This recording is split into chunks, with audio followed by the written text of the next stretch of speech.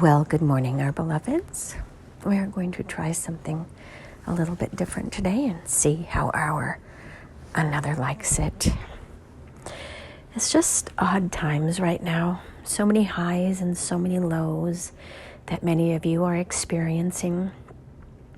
As you move into areas of excitement, meaning things that you are choosing now, you can find the excitatory vibration within your soul. But when you look at your humdrum daily life stuff, it's becoming more difficult to manage and maintain a level of excitement about those things which you have to do but don't really want to or desire to do. So what can you do about it? Well, would we say chuck it all and start over? Well, no, because that would create an upheaval event that would destroy the entire purpose of this experiment, because you were meant to move towards enlightenment and love and prosperity, but it needs to be done in a measured sense, because change is never easy. Change will disrupt your patterns. And if everyone made a massive change on this planet, the ripple effect would be huge, and you would all perish because there would be no more food production and that kind of stuff. But what we would like to say is how you can gently move there. So, we have spoken of self-care a lot in the last number of years, and honestly in decades, if we're honest, not only through our another, but through other people, through other mediums. But self-care is not necessarily what you guys expect it to be. Yes, it can be going out to breakfast, and yes, it can be getting your toes and your fingers done, and yes, it can be buying you that new vehicle, and yes, it can be all those types of things.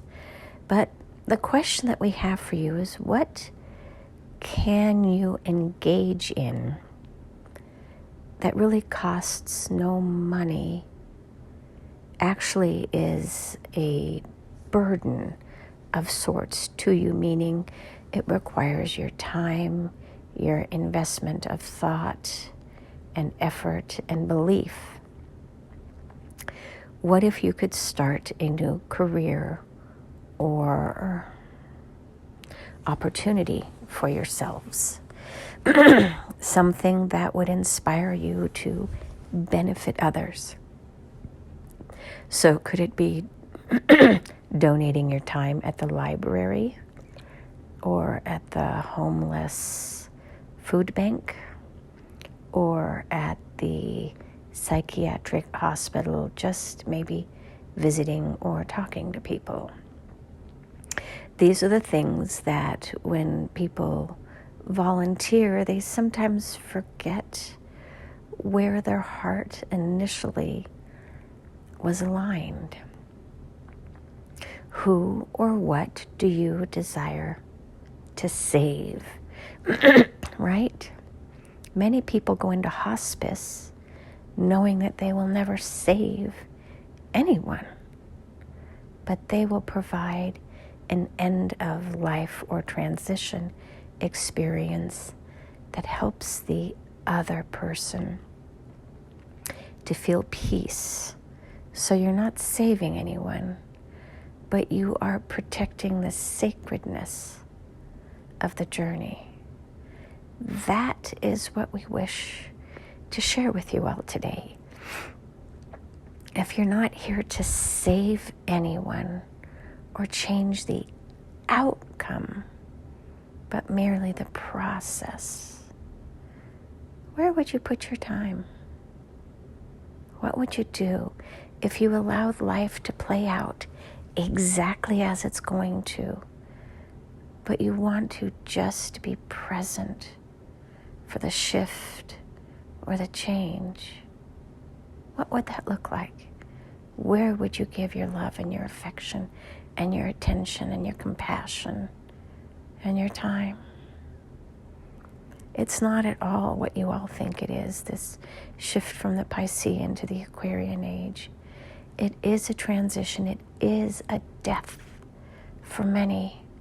So if you honor and acknowledge that death process, what would your hospice services look like? How would you prepare these individuals for the transition into the ultimate life-changing event? What if somebody snapped their fingers and you were living in an alternate universe? How would you transition or prepare people for this?